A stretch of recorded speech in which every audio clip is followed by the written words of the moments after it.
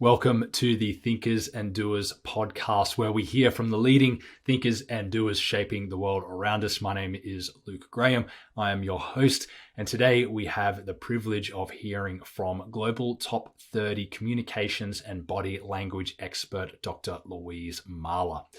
Louise is an adjunct professor, she's a coach, she's an author, and she's a speaker on the topics of both verbal and non-verbal communication.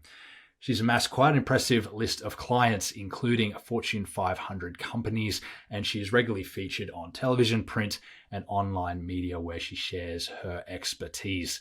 Now, Louise's work got me quite interested in not only the world of verbal and non-verbal communication in person, things like body language, but also how this plays out in the virtual environment. So how people pick up cues from one another on the phone, via text, email, video conferencing, or more recently, the likes of virtual reality. So Louise shares her thoughts on this, as well as her core area in communication in person. I hope you enjoy.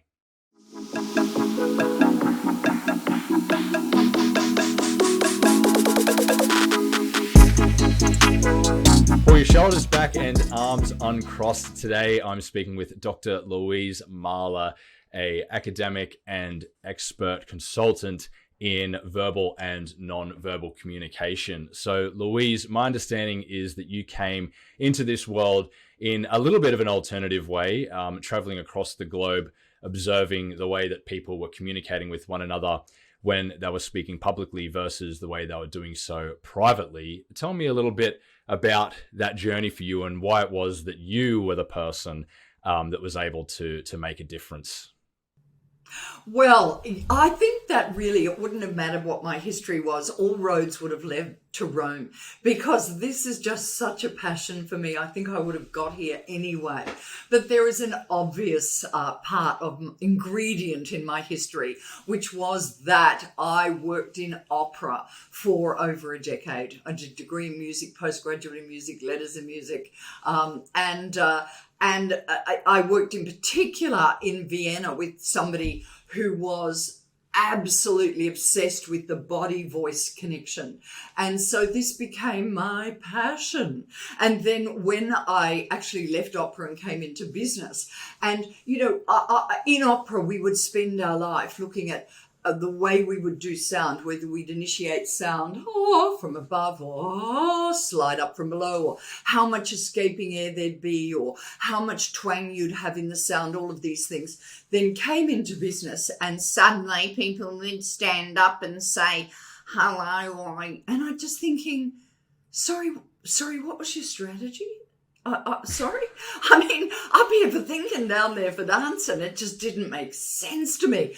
And I just became a fire in the belly about what on earth is going on here. What are people thinking? What are they doing? Because they don't realize the importance of this.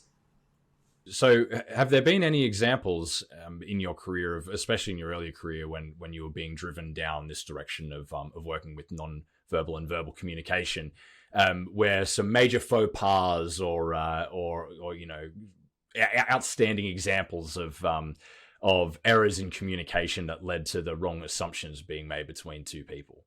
Luke, there are thousands and thousands, but one of my favorite stories was somebody who was the founder of a huge international company and was asked to speak at a conference that I was also speaking at. And I know the fee that this person was paid. They were paid $100,000, which in Australia is a lot of money. And what happened was they came out on the stage, and I could see immediately that they had performance anxiety. Their eyes were stuck. The voice wouldn't work. The voice wouldn't work. They were frozen to the spot. And it was just dreadful. And $100,000 for a 60-minute presentation. You work out how much that is per minute. And they just got no information out. It was really, really embarrassing and dreadful and sad. So how about on the opposite side of that spectrum, right? So there are lots of examples of the things to do, the things not to do. You know, I've heard you speak about, you know, speaking from the lower part of the body instead of the upper part of the body. I'm probably quite lucky in that way. There are maybe some biological elements for me. I've been told I have a voice and a face for radio, so I've got, you know, one side of that is good and maybe the other not so much. But one thing I'm intrigued by is there a level then for key tips and tricks around the best way to communicate with people in the most appropriate contexts and all these sorts of things, where people can go too far with it? So, you know, if I think about myself, I've been told one thing I do a lot. Actually, I'm doing it right now. Is I'm handsy with my speaking. Right, you know, my hands are around a lot.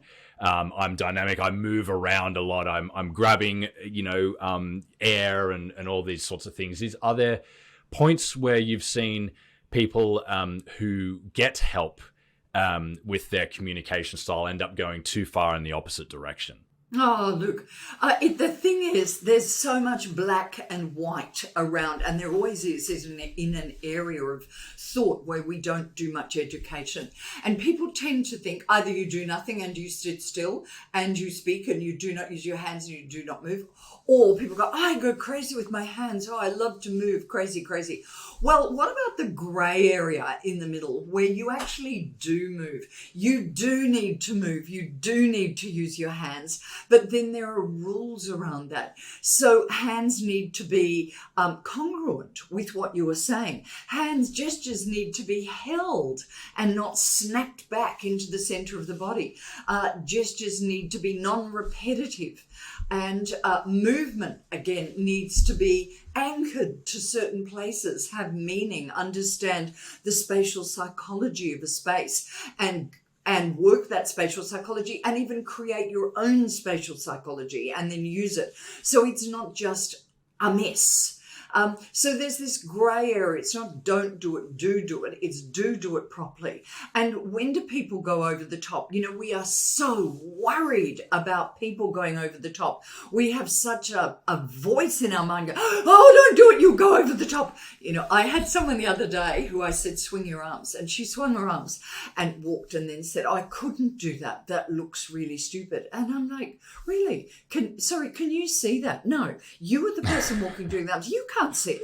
Don't tell me whether it looks stupid or not because you can't see it. But that unconscious mind comes straight in and goes, no, that would look stupid. No, that would sound stupid. We need to worry less. There's some fabulous work about how little people observe and how far you can go without anybody noticing any difference. And I just would say, don't worry about that line of buffoonery, as the ancient Romans used to call it. You know, push it right to the edge. Okay. Well, that I guess that works out for my style. But how about this concept that I've heard you speaking about before, that I believe is a framework that you picked up in your work, in your research, called creative listening, and this idea of the sort of connection that you have with the people that you're speaking with, whether it's an audience or one-on-one. Isn't it? That particular term, creative listening, came from a writer called John Paul Moses, who wrote a book called The Voice of Neurosis. Now, I found that book when I was about 18 years old, when I first went to the conservatorium. And maybe 30 years later, I went back to the conservatorium and got that book out of the library and discovered that my name was the only one in it. No one had ever looked at the book ever since. That's how fascinated people are, not very. And John Paul Moses uses this term creative listening. And what it says is that you actually embody the person you're speaking to. So I find when I was doing my PhD and I was really analysing this, I realised that when I'm doing it, I go slightly out of focus with my eyes, and you just start to somehow vibrate your body, imitate your throat shape, open your mouth, do your hands, whatever it is. in the way that that other person would do. And that way I can say, oh, your tongue's too far down your throat, or oh, your breathing's too high. And yes, I can see it in other ways as well, but I can also feel it in that imitation. And John Paul Moses called that creative listening. And I don't think we do enough of it. Yeah, right. And so how does that, like, if we think about even the interaction you and I are having right now, right? We're speaking from across the globe. It's evening your time, morning mine, right? Yeah. Where, having this almost two-dimensional conversation, which I'm very much enjoying, but but in an ideal scenario, perhaps we'd be catching up. We'd be face to face, right? Yes. I'd be picking up on a lot of additional, say, non-verbal cues from you. We'd be in the same space, all these sorts of things. Obviously, one thing we've heard a lot of, and no doubt you've had many conversations around over the past 3 years, is this, the 2 years that we all spent locked down, especially you over there in Oz. We spent quite a bit of time here in London as well, locked down. But so 2020, 2021, lots of conversations around online interactions, these sorts of things. But one thing that we've certainly seen remain is this recalibration to a higher rate of hybrid work, remote work. In these scenarios, one thing that emerges a lot is CEOs raising the flag of, we need our workers to be around face-to-face, because they're, especially junior workers, missing out on the opportunity to learn from their seniors, all these sorts of things. These conversations around mentorship, that remote work's an aberration, all this sort of stuff. Is in your mind and in your work, is there any merit to the argument that in-person interactions are more beneficial for, I guess, absorbing the information, or in the work context, growth, than an interaction like what you and I are having, or if we were emailing each other? Luke, you're going to make me start crying. I feel so desperate about this topic because we have lost the major part of communication, which is touch. Touch is so underrated and so important. And guess what? I'm not talking about fondling each other, but I'm talking about shaking hands. And there are places where you can touch people. So the hands are one of them. Great. But our sound touches the people around us. We forget that sound is a physical force. They've proven this with drums, where they make a sound and you put little beads on the drums and the drum vibrates and the beads form a certain shape. And when we speak to people, we vibrate their body, and it does not work the same in a virtual environment. Now, I'm not stupid. I heard a story yesterday of a man who was telling me, I had to hop on a plane once and go to London from Australia for a meeting that lasted 1 hour and then fly all the way back to Australia. Well, how fantastic that maybe we don't have to do that so much anymore, but we cannot get full communication in a virtual world. There is no touch. And that's what's critical.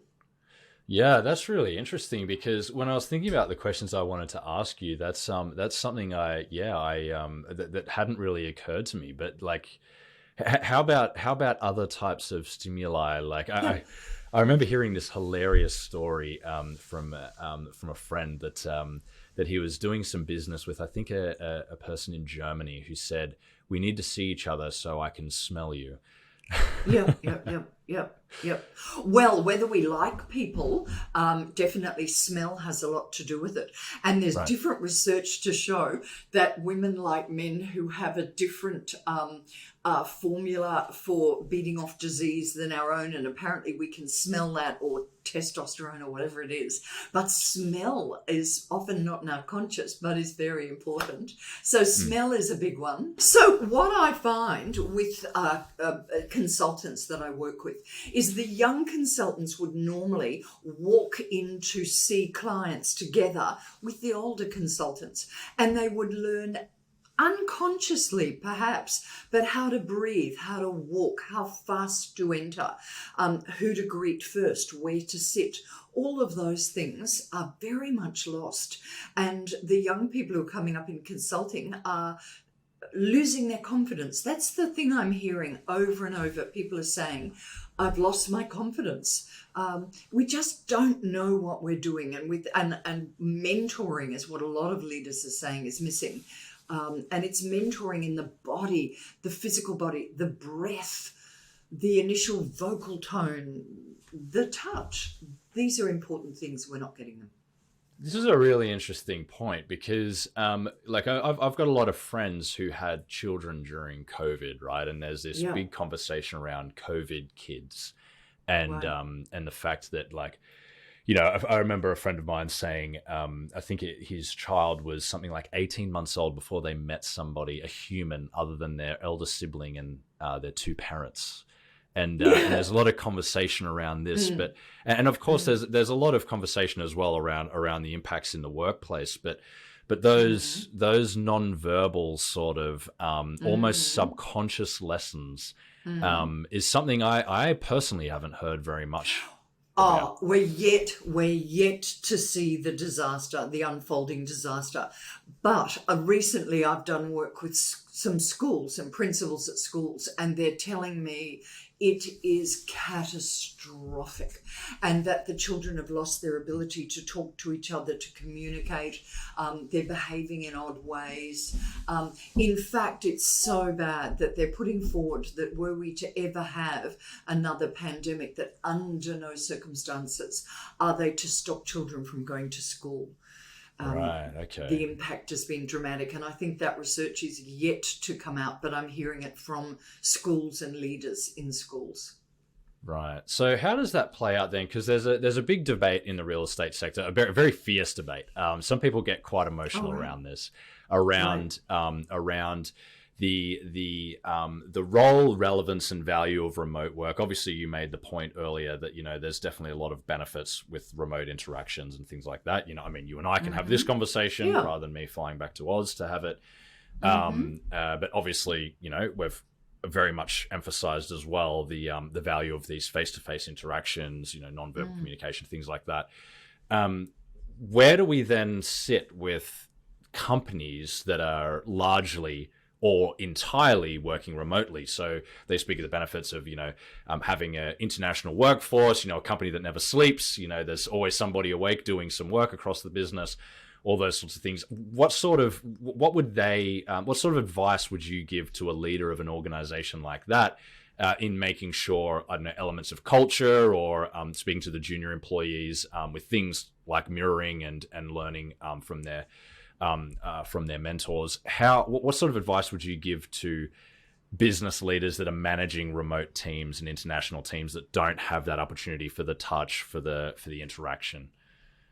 Well, I think it's important, and the companies I do know who work internationally come together. They come together.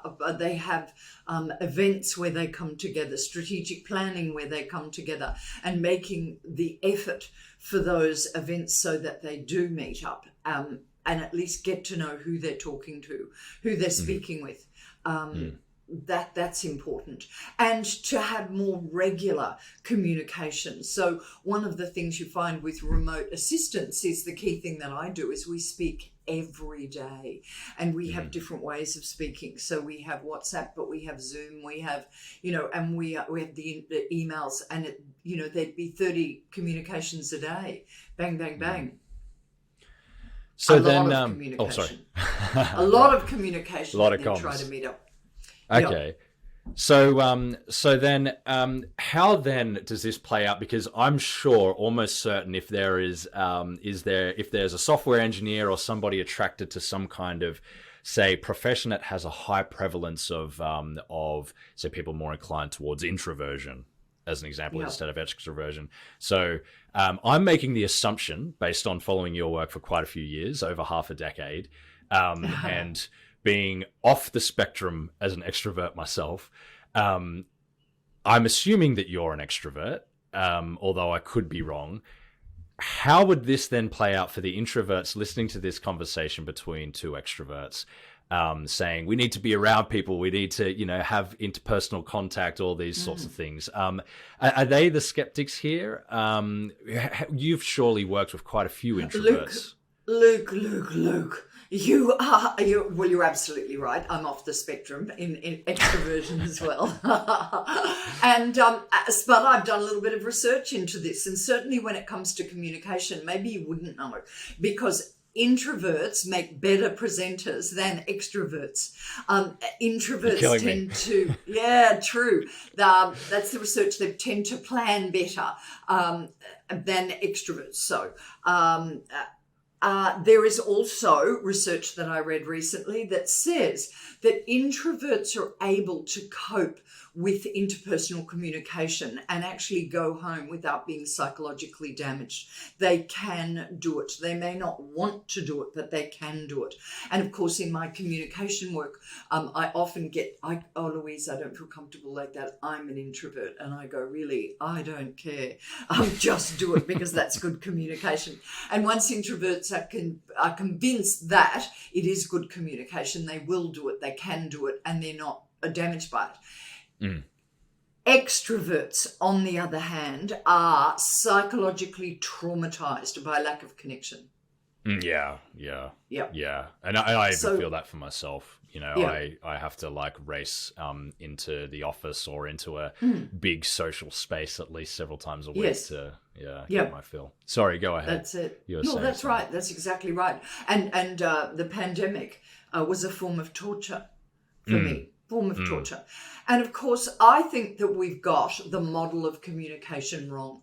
And it was in 1960 only did they get the model of communication that said we have a sender and we have a receiver and then we have a medium of communication.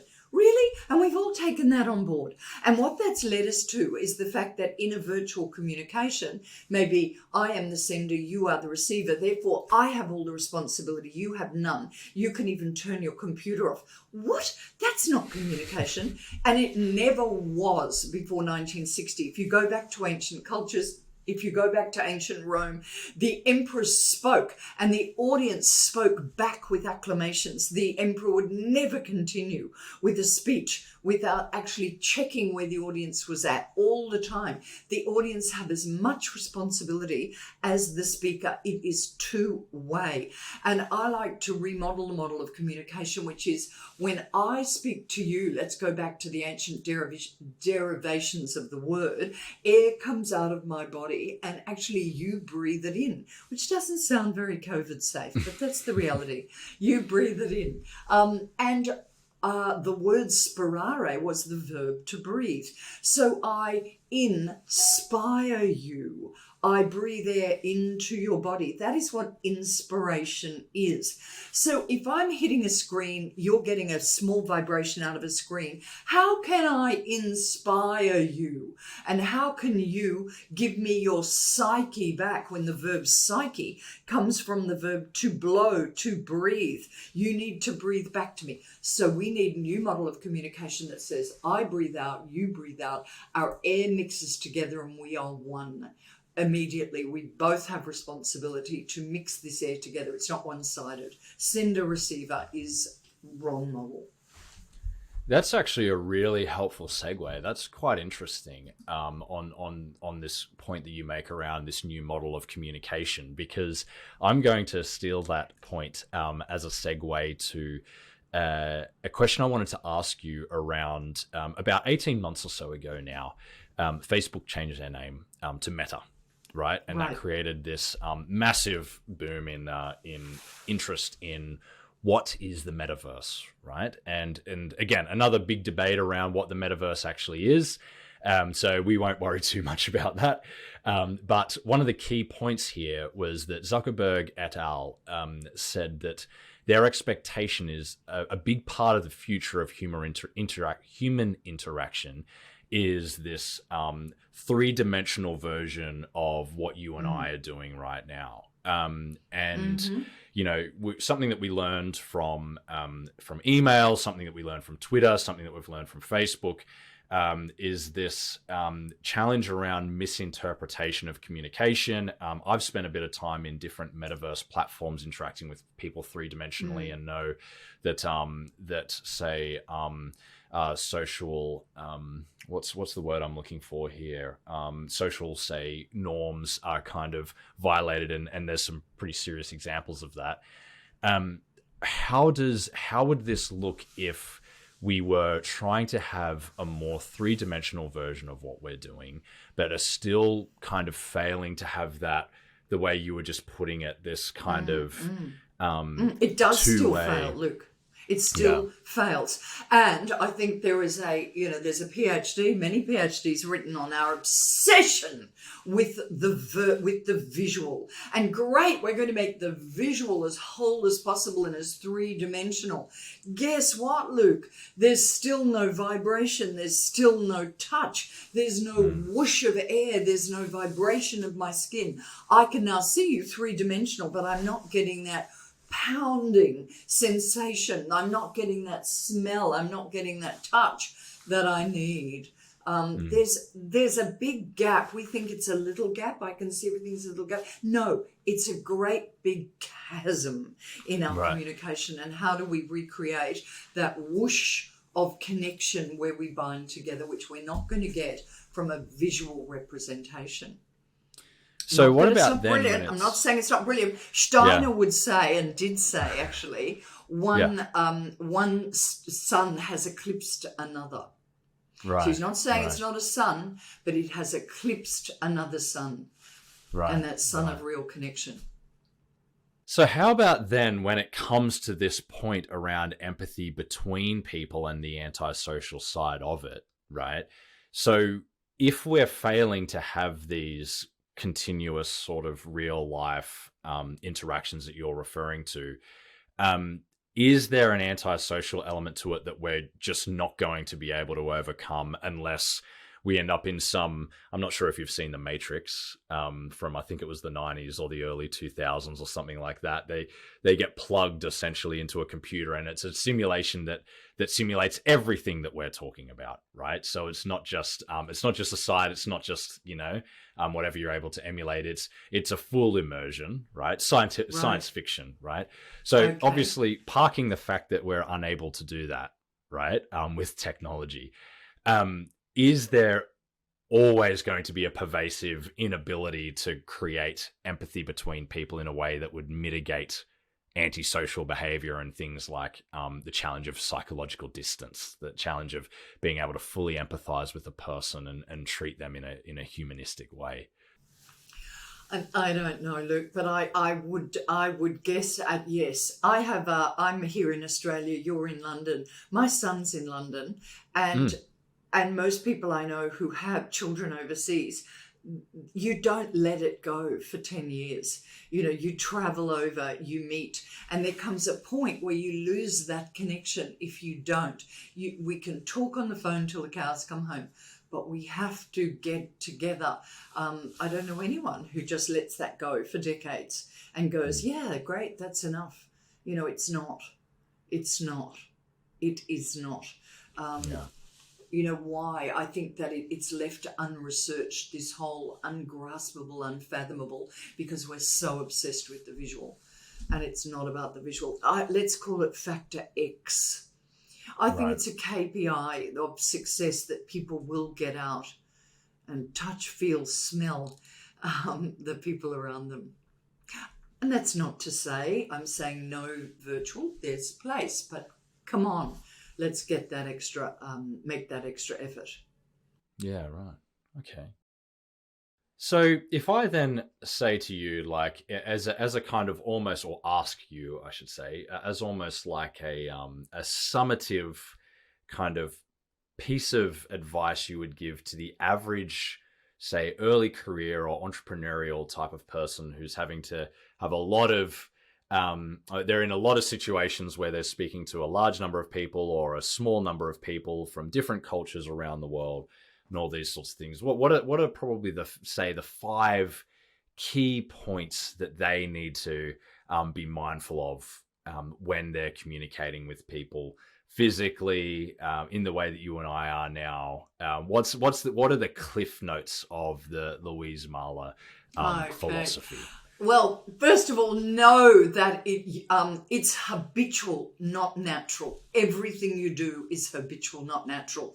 Secondly, know, therefore, that you can change those skills. It was funny today, I was talking to a woman and she was doing upwards inflection at the end of every sentence. That meant she went up every time, which turned it into a question, and then says to me, nobody takes me seriously. I have ideas and people take them on for themselves and they interrupt me. They interrupt me and they don't take me seriously. So there's the obvious giveaway. And when I said to her, you're doing upwards inflection, she said, I can't hear it. I'll never be able to change this. Never, never. And by the end of a very short conversation, she said something and she said, oh, I just did upwards inflection. And I'm like, yeah, well, that was 5 minutes. You just told me you would never be able to hear it. 5 minutes. Yeah. But we are so determined that this is who I am. And it's not who you are. It's a set of habitual patterns. So first of all, this happens. Second of all, you can change it. Now, what are you going to look at? Well, eye contact is really important. And certainly in real estate, eye contact is window to the soul. Your breath could not be more important. Keep your breath in your lower body, unless you're using it for excitement, bring it high, but otherwise it just looks like stress. So keep the stress out of the upper body. And so your breath will guide your voice, and I could go on endlessly. Your eyes, use your hands, use them, learn how to use them, get out and learn the rules. Follow me, because I'm sharing lots of rules on what to do with your hands, which is very unresearched. Okay. A lot of this work, was foundational in communication for thousands of years. And then, for instance, gestures dropped out overnight in 1890 when the megaphone came in. So people would use a megaphone and gestures became irrelevant. They didn't become irrelevant, but the study of them did. And it's time to bring these skills back. Wow. I love a historical reference. I had no idea about that. Yeah. There you go. Yeah. So on the basis of that, obviously you've only had a half-hour sample, but are there any faux pas that I've been making? Oh, okay, great. People always ask me that. I think sometimes you go back on your throat. You go back on your throat and put your voice back on your throat. Yeah, I was feeling you before, going, is that dangerous or is that not dangerous? No, I think it's okay. You don't do it all the time. Yeah, no, I was working on it while you were talking. Yeah. There you go. Yeah, and see now you're not doing it. And now you're not doing it. I'm a quick learner, Louise. I'm a quick learner. Oh, good. Well, look, this has been really, really interesting for me. I hope the same for everybody else. Obviously, you've authored a book. You work in academia. New book coming out. Yes, a new one coming out. So tell me about that. Gravitas. Well, yes.